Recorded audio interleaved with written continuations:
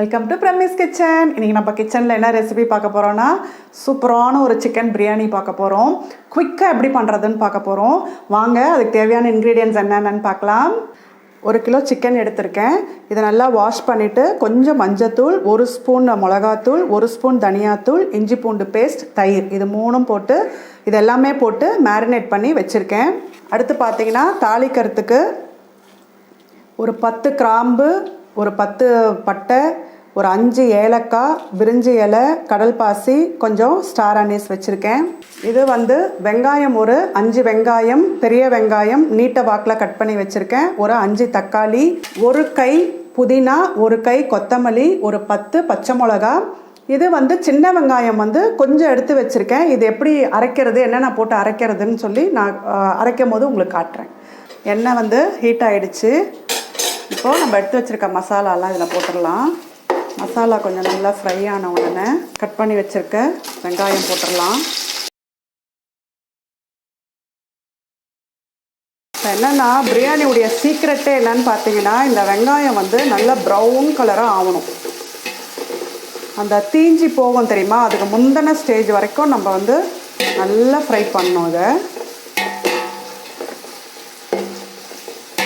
கொஞ்சம் நல்லா ஃப்ரை ஆகட்டும். இதில் 1 ஸ்பூன் சால்ட் ஆட் பண்ணிக்கலாம். ஏன்னா சீக்கிரம் இது நல்லா வதங்கிடும். அதுக்காக தான் நம்ம அதை ஆட் பண்ணுறோம். இது நிறைய பேருக்கு தெரியும், பட் இருந்தாலும் தெரியாதவங்களுக்காக இதை நான் சொல்கிறேன்.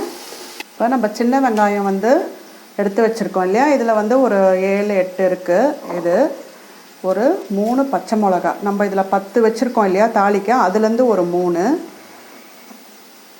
இவ்வளோ புதினா, அதே கை புதினா எவ்வளோ எடுத்தோமோ அதே இது கொத்தமல்லி.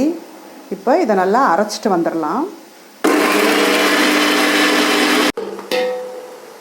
நல்ல ப்ரௌன் கலர் வந்துருச்சு பாருங்கள். இன்னும் கொஞ்சம் ப்ரௌன் ஆகட்டும். இப்போது ஒரு கை புதினா எடுத்து வச்சுருந்தோம்ல, அதை போட்டுடலாம்.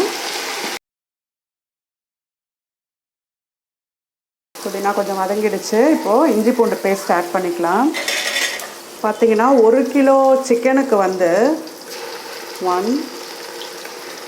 2, 3, 4 போட்டிருக்கேன். ஏன்னா இது ஒரு 100 கிராம் இருக்கும். பிரியாணிக்கு இன்னொன்று சீக்ரெட் இன்க்ரீடியண்ட் என்னன்னு பார்த்தீங்கன்னா, இஞ்சி பூண்டு பேஸ்ட்டு தான். நம்ம எந்த ரேஷியோவில் அரைக்கிறோம், எவ்வளோ ஆட் பண்ணுறோமோ அதனுடைய டேஸ்ட் அப்படி அள்ளி கொடுக்கும்.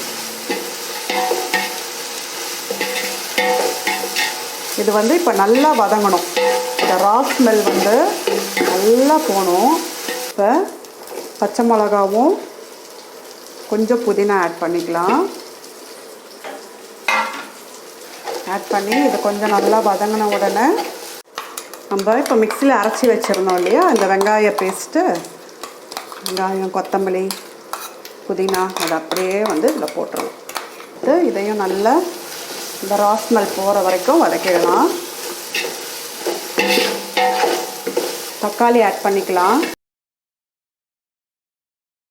தக்காளி இந்த மாதிரி பார்த்தீங்கன்னா இந்த நீட்ட வாக்கிலேயே கட் பண்ணுங்கள் தக்காளி கூட. அப்போ உங்களுக்கு சீக்கிரம் வெந்துடும். ரொம்ப நேரம் வதங்கணும் அப்படின்ற அவசியம் இல்லை, சீக்கிரம் வெந்துடும். இது கொஞ்சம் நல்லா மேஷ் ஆகி வர வரைக்கும் நம்ம வதக்கிடலாம்.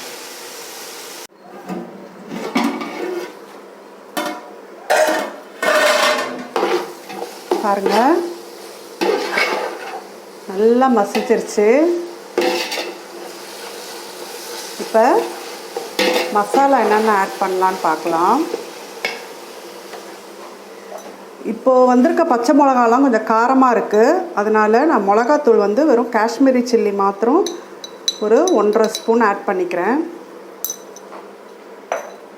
ஆட் பண்ணிவிட்டு நல்லா மிக்ஸ் பண்ணிக்கலாம். ஏன்னா நம்ம ஒரு 10 பச்சை மிளகா போட்டிருக்கோம், அதனால் அந்த காரமே அதுக்கு போதுமானது. இப்போ என்னென்னா 2 சிக்கன் ஸ்டாக்ஸ் எடுத்துருக்கேன்.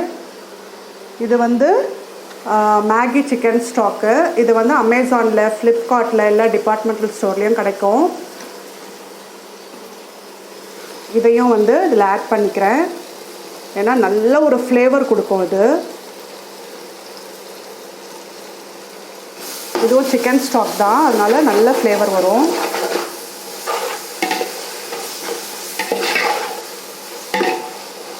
ஆட் பண்ணிவிட்டு தயிர் வந்து ஒரு 3, இவ்வளோ பெரிய ஸ்பூனில் இது கரண்டி தான், இதில் ஆட் பண்ணியிருக்கேன்.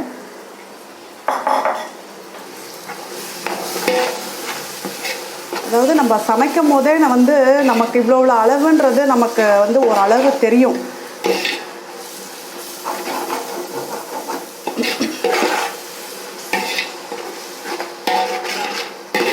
நல்லா மிக்ஸ் பண்ணி விட்டுறலாம். மசாலா வாசனை போயிட்ட உடனே இப்போது சிக்கன் நம்ம மேரினேட் பண்ணி வச்சுருக்கோம் இல்லையா, இந்த சிக்கனை அப்படியே இதில் போட்டுடலாம்.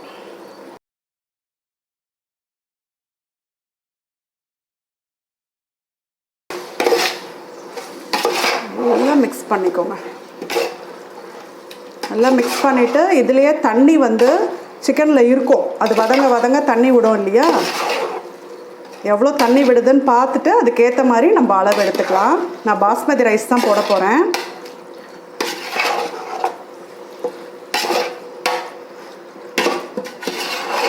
நல்லா கார்னரில் இதெல்லாம் நல்லா மிக்ஸ் பண்ணி விட்டுருங்க மசாலா.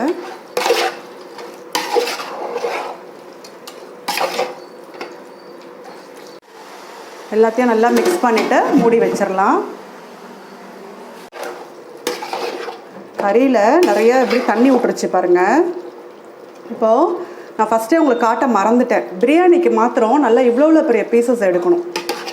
சின்ன பீஸ் போட்டிங்கன்னா குழஞ்சிரும், நல்லா பெரிய பெரிய பீஸாக எடுக்கணும். பாருங்கள், எல்லாமே பெரிய பெரிய பீஸ் தான். இது இன்னும் பாதி வெந்துருச்சு, இன்னும் கொஞ்சம் வெந்துருச்சுன்னா நம்ம வந்து இதில் அரிசி போட்டுடலாம், திரும்ப மூடி வச்சிடலாம். பாஸ்மதி ரைஸ் வந்து 1 கிலோ எடுத்திருக்கேன். 1 கிலோனா ஒரு 5 ஆளாக்கு இருந்தது. இதை வந்து நான் வந்து ஒரு 20 மினிட்ஸ் ஊற வச்சுருக்கேன். ஊற வச்சுட்டு தண்ணியெல்லாம் நல்லா ட்ரைன் பண்ணி எடுத்துக்கலாம். எடுத்துட்டு கறியில் வந்து இப்போ எவ்வளோ தண்ணி இருக்குதுன்னு பார்க்கலாம்.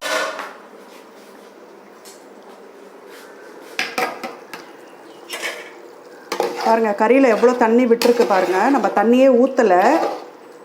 இதில் பார்த்தீங்கன்னா கொஞ்சம் நல்லா வெந்துருச்சு, கறி வெந்துட்டு இதில் வந்து ஒரு 3 ஆளாக்கு தண்ணி இருக்கும்.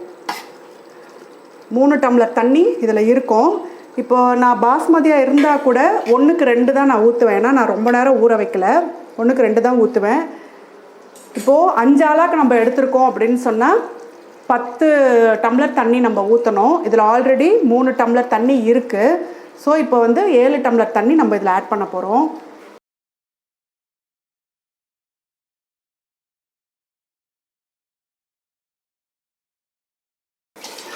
நான் ஏன் இந்த டம்ளரில் ஊற்றுறேன்னா, நான் இந்த டம்ளரில் தான் அரிசி எடுத்தேன், அதனால் நான் இதே டம்ளரில் தான் நான் அளந்து ஊற்றிருக்கேன். இப்போ இது நல்லா கொதித்து வரட்டும். உப்பு காரம் எப்படி இருக்குன்னு வந்து இதில் பார்த்துக்கலாம். இது கொஞ்சம் நல்லா கொதித்து வரட்டும். தண்ணி நல்லா கொதிச்சிருச்சு. உப்பு காரம்லாம் நான் பார்த்துட்டேன். பிரியாணிக்கு மாத்திரம் எப்போவுமே கொஞ்சம் உப்பு வந்து கொஞ்சம் தூக்கலாகவே இருக்கணும், அப்போ தான் ரைஸ் போட்டு எல்லாம் செட்டில் ஆகும்போது அந்த உப்பு சால்ட் வந்து கொஞ்சம் கரெக்டாக இருக்கும். இப்போது இதில் வந்து அரிசி ஆட் பண்ணிடலாம்.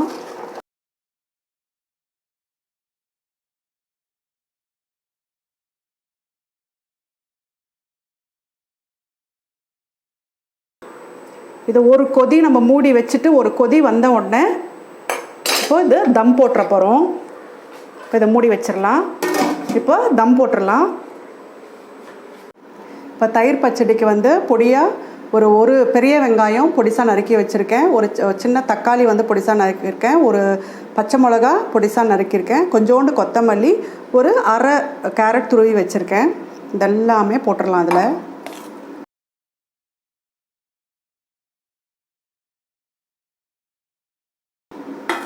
போட்டுட்டு ஒரு அரை ஸ்பூன் சால்ட் ஆட் பண்ணிக்கலாம்.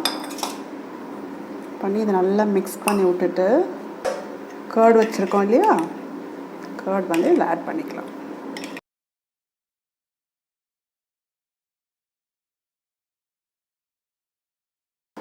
பச்சடி ரெடி. இப்போ பிரியாணி எந்த ஸ்டேஜில் இருக்குன்னு போய் பார்த்துடலாம்.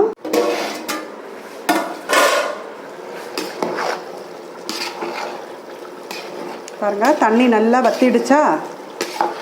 இப்போது இந்த ஸ்டேஜில் நடுப்பில் கரண்டி போட்டுறாதீங்க, சைட்லேயே இப்படி பண்ணி விடுங்க. இப்போ இந்த ஸ்டேஜில் நம்ம தம் போட்டுடலாம்.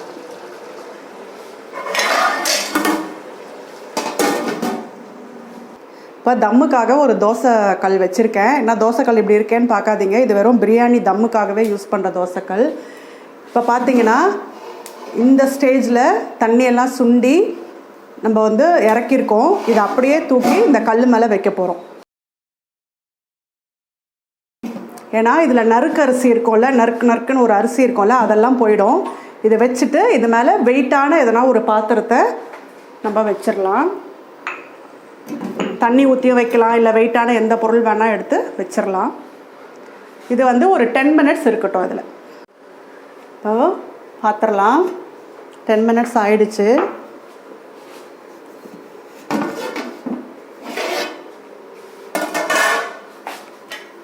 வாவ், எப்படி இருக்குது பாருங்கள்.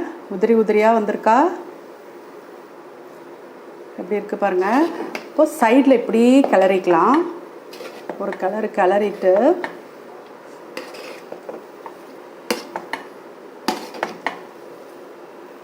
சர்வ் பண்ணும்போது கூட சைட்லேருந்து எடுத்து தான் நீங்கள் சர்வ் பண்ணணும். இங்கே பாருங்கள் எப்படி இருக்குன்னு. சூப்பராக இருக்குது. இப்போ ஸ்டவ் ஆஃப் பண்ணிடலாம். நம்ம சிக்கன் பிரியாணி ரெடி ஆகிடுச்சு.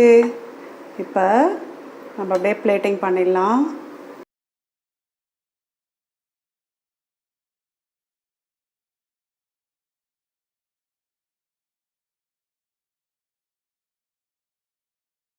சிக்கன் பிரியாணி ரெடி ஆகிடுச்சு.